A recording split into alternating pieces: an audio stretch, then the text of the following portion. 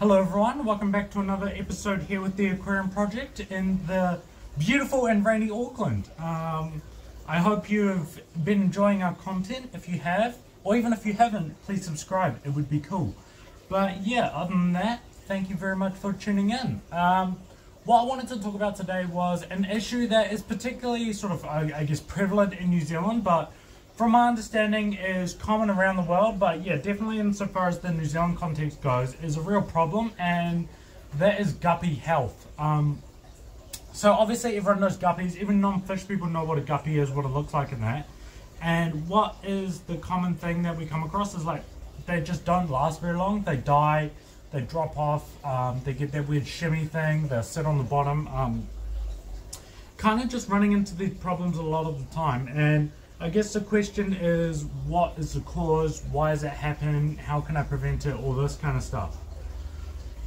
With the, I guess, common sort of trope amongst the hobby in New Zealand especially is, oh yeah, that's just because they're really low quality, crap imported, genetically weak fish. And that may be true. I think it varies a lot, but there's definitely some real crap ones around, as there are some really good ones around.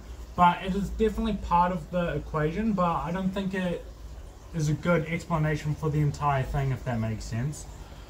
There is, I think, something else at play, and that is what I wanted to talk about today, and what I wanted to kind of bring to the fore, so that maybe more people can know what's going on and have some tips to be able to help. So the thing is, guppies especially don't do well in what's called soft water. So what you'll have is like, in terms of the test kits, is a GH and a KH test kit. Doesn't come in the master test kit, but you can get it separate, or, you know, I'm sure most fish stores and that will be able to test it for you. But basically what that test kit is going to show you is how much dissolved minerals and stuff is in the water, essentially.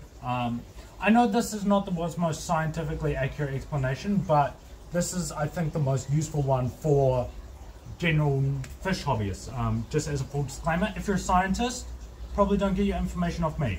But if you're a hobbyist, I think this is valuable. So it basically shows how much dissolved minerals and stuff is in the water. And soft water is going to have not much, and hard water is going to have heaps. And obviously there's a whole sort of scale in between. But yeah, I think, well, in my experience, guppies do far, far better, live longer, live happier, get fatter, are more active in really hard water.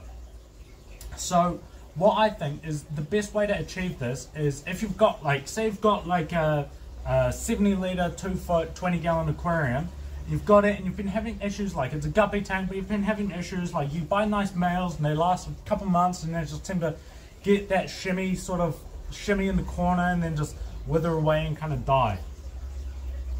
Don't give up on guppies. If you like guppies, don't give up on them until you've given this a go, because I'd wager this is going to be the source of your troubles, particularly for a planted tank as well.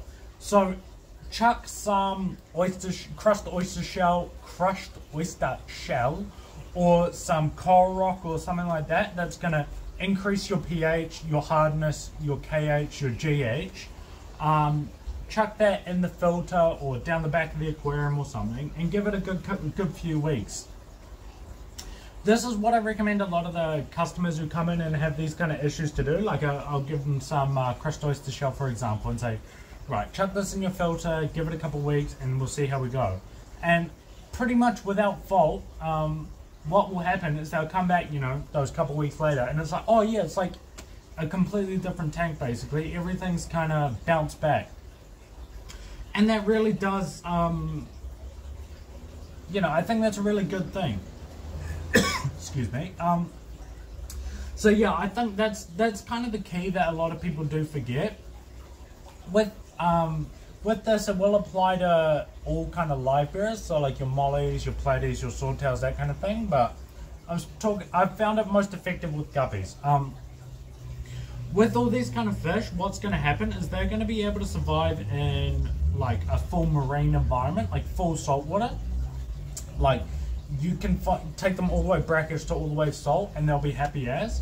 And the thing with that is salt water is it has a lot more dissolved minerals and stuff. It'll be very hard.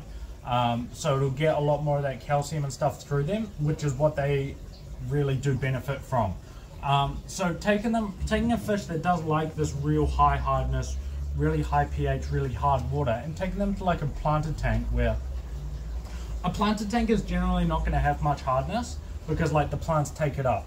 In a very basic sense, a plant tank is going to have really soft water because it's going to get taken up by the plants as sort of fuel, essentially.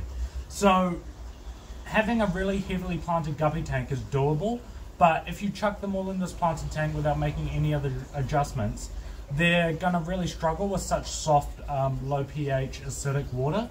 And I find that's where a lot of these troubles do sort of begin.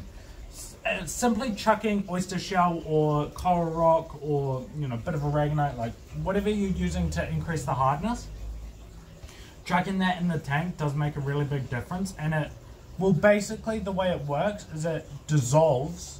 I use that loosely because people think, oh, the crushed oyster shell is going to be gone in 2 days.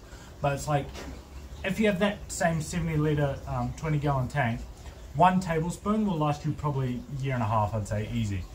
So yeah, basically what it's going to do is it's going to dissolve at the rate that it needs to keep the pH, the GH and the KH high enough where the guppies and live bears and stuff are going to be happy.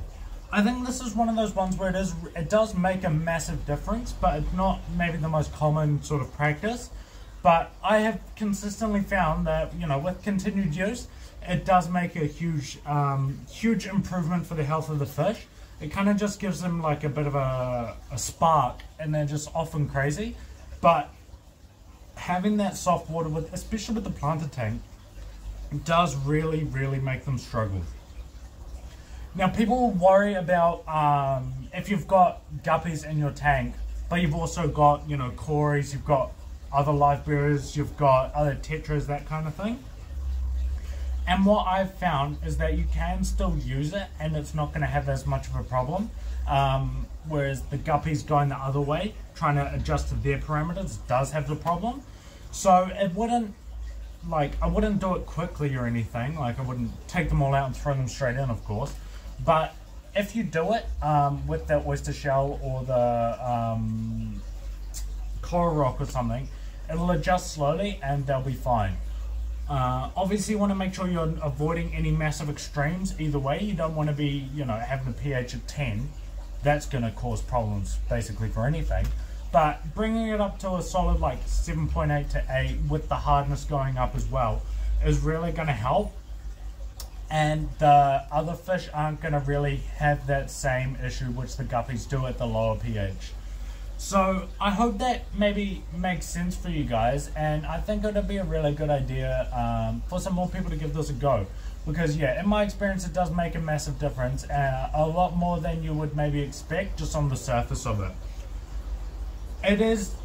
It probably does sound a little bit scary, so I want to make sure that you guys are happy to, like, if you have any questions of that, please feel free to ask. But yeah, it is, I think, the best option in terms of really trying to deal with the guppies and that, and giving them what they want to be able to ensure that you can keep them as happy and healthy as possible.